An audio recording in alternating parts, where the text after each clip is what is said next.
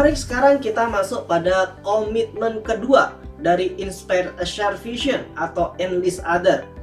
Anda mungkin pernah menonton film Bohemian Rhapsody yang menceritakan tentang band rock legendaris bernama Queen.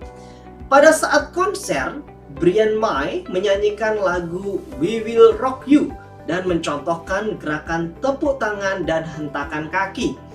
Dan penonton pun mempraktekkan apa yang dicontohkan oleh Brian May. Bayangkan, seluruh penonton konser yang jumlahnya ribuan melakukan gerakan tepuk tangan dan hentakan kaki secara bersamaan. Pastinya akan melibatkan emosi seluruh penonton. Lagu We Will Rock You pun menjadi salah satu lagu andalan Queen untuk melibatkan penonton. Inilah salah satu unsur yang membuat Queen kemudian memiliki banyak fan berat. Mari kita bawa potongan film ini ke dalam konteks Leadership Challenge. Masih ingat, leadership adalah seni membuat orang lain melakukan sesuatu tanpa merasa disuruh melakukan sesuatu. Pertanyaannya adalah, bagaimana caranya melakukan hal tersebut? Salah satu jawabannya ada di komitmen keempat, Enlist Others atau melibatkan orang lain. Enlist Other atau involvement memang menjadi salah satu teknik paling ampuh untuk mempengaruhi orang. Kurt Mortensen, salah satu pakar persuasi, mengatakan semakin Anda melibatkan seluruh panca indera seseorang, baik secara fisik maupun secara psikologis, maka Anda akan semakin persuasif terhadap orang lain.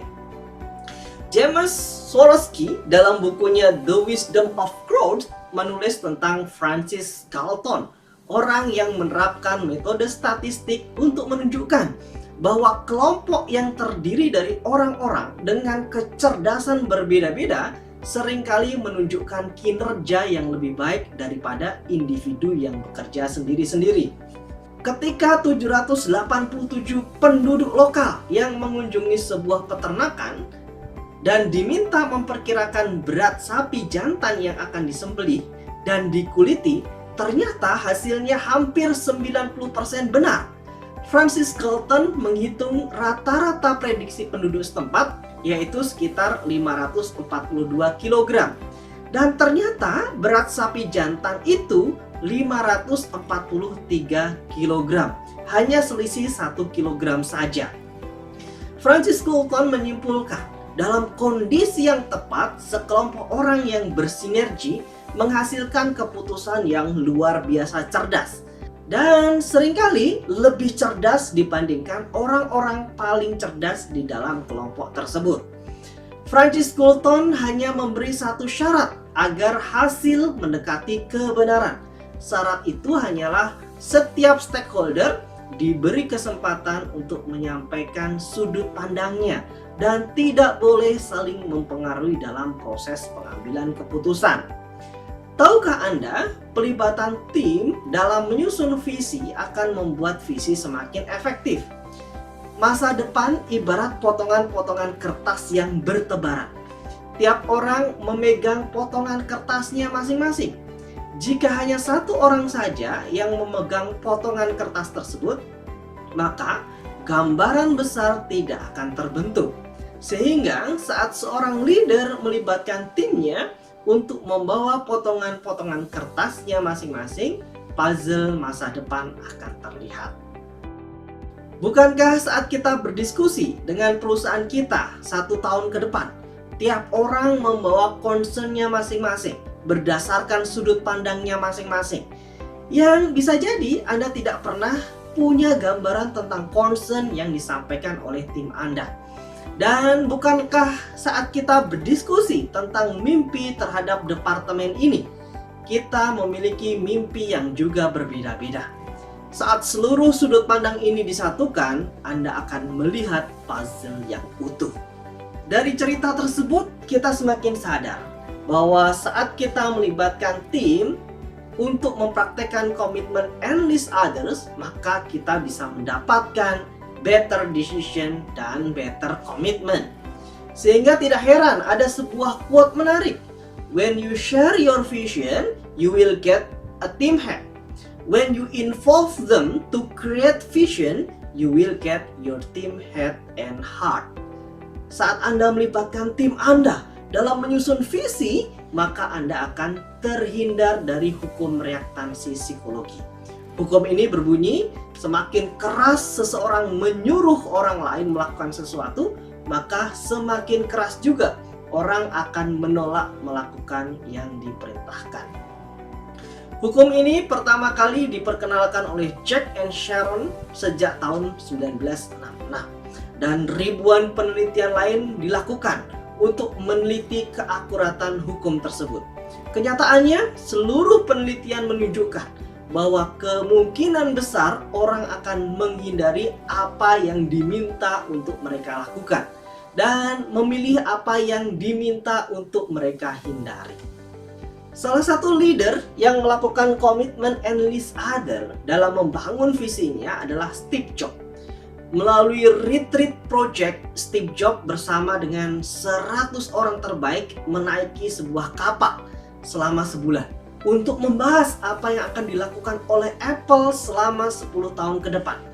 Dan itulah kenapa karyawan Apple begitu antusias menjalankan visi dari retreat project tersebut. Retreat pertama dilakukan setiap 6 bulan kepada tim Macintosh di resort terdekat, tepatnya di daerah Pajaro Dunes. Jobs akan mengumpulkan mereka di perapian setelah seharian bermain dan berbicara falsafah Macintosh. Mari kembali lagi pada asesmen yang Anda lakukan sebelumnya. Periksa kembali hasil asesmen Anda di Commitment and Lead Others. Bagaimana hasilnya? Sekarang cross-check kembali hasil penilaian Anda di Commitment and Vision the Future pada bahasan sebelumnya. Jika Anda punya gambaran menarik tentang masa depan, pertanyaannya adalah gambaran menarik tersebut Anda buat sendiri atau melibatkan tim. Jika Anda menyusunnya sendiri, maka komitmen keempat Leadership Challenge berupa and lead other seharusnya rendah. Artinya, skor Anda di self-assessment tersebut rendah. Sebaliknya, jika skor and vision the future saja sudah rendah, maka bisa dipastikan skor commitment and lead others-nya juga rendah. Bagaimana sekarang caranya mempraktekkan commitment and vision the future dan and lead others? Anda bisa memanfaatkan form ini. Silahkan pause videonya dan screen out layarnya. Secara umum, yang akan kita lakukan adalah mengidentifikasi dan memprediksi perubahan yang akan terjadi di internal perusahaan atau disebut sebagai internal analysis, dan memprediksi perubahan yang terjadi di luar perusahaan atau external analysis. Setelah Anda berhasil mengidentifikasi perubahan yang akan terjadi, bagi perubahan tersebut ke dalam cluster opportunity dan threat. Jika perubahan tersebut merupakan opportunity, maka tugas pemimpin adalah mendapatkan peluang tersebut. Jika perubahan tersebut adalah tantangan, maka tugas pemimpin adalah memitigasi perubahan tersebut.